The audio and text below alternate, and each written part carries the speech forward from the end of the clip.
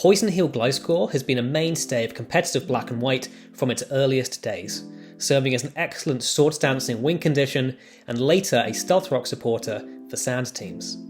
The appeal of Gliscor has always been its immunity to passive damage from the likes of Sandstorm, Status, and Spikes, making it one of the most resilient Pokemon in the tier. 2 years ago, Gliscor was at its peak, achieving 34% usage in 2021's Smogon Premier League, seeing more usage than the entirety of the Rain archetype. Black and White OU in this period was about slow, methodical, and drawn-out games with a focus on residual damage. Sand balance was king, and Gliscor was a poster boy of the playstyle. The defining Sand team of the time was a dual Psychic Magic Guard Sand, pioneered by BKC and ABR in the finals of the same tournament a year prior. This team prides itself on immunity to residual damage, featuring 6 Sandstorm immunities, 4 Spike immunities, 4 Poison immunities, and 3 Burn immunities when factoring Magic Guard. Gliscor on this team makes for a consistent stealth rocker that threatens the tier's 2 best rapid spinners, Excadrill and Tentacruel, whilst also serving as one of the tier's greatest pivots, healing off stealth rock damage in a single turn and therefore able to endlessly switch with Reuniclus or Alakazam in long-term game plans. A second dominant team at the time was McMegan's Magnezone Sand, utilising Magnet Pull to support a late-game Sword Stance Gliscor. Unlike most Sword Stance sweepers, SD Gliscor goes all in on special defense, which lets it act like a wall in the early game and then heel turn as one of the tier's scariest late game sweepers.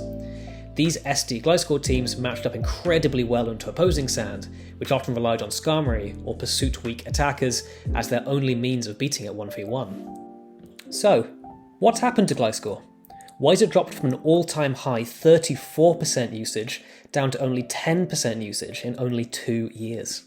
Unfortunately for Gliscor, metagames rarely stand still for long, and smart players began to notice exploitable flaws in these sand balance teams. Firstly, their speed control was often poor, normally using either Scarftar, Scarf Magnezone, or the one-time use Focus Sash Alakazam, all of which are inconsistent revenge killers. Secondly, focusing so much on residual damage in team building results in stacking the same defensive types over and over and over, particularly ground, steel, psychic and flying, meaning these teams consistently had a Volcarona-shaped hole.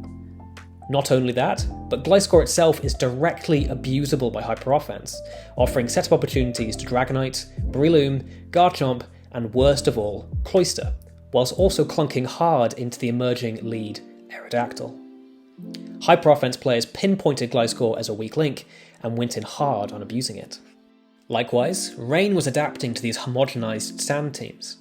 Much like Hyper-Offense's use of Cloyster, Rain upped its usage of sub and choice banned Mamoswine, as well as variations of Landorus-T, both of which take advantage of Gliscor. Gliscor had gone from being a prime consistency booster for Sands in 2021 to an outright liability in 2023. Not helping Gliscor's case is the existence of Landorus-Therian, a remarkably similar ground and flying type with a near-identical stat spread and move pool, mostly just trading Poison Heal for Intimidate. But it's this one key difference that makes Landorus-T a far more splashable supporter for Sands in 2023. Intimidate alone turns the tables in the Dragonite, Garchomp, Breloom and Sizzle matchups, and smart pivoting can give you more playable matchups into the offensive ice types too.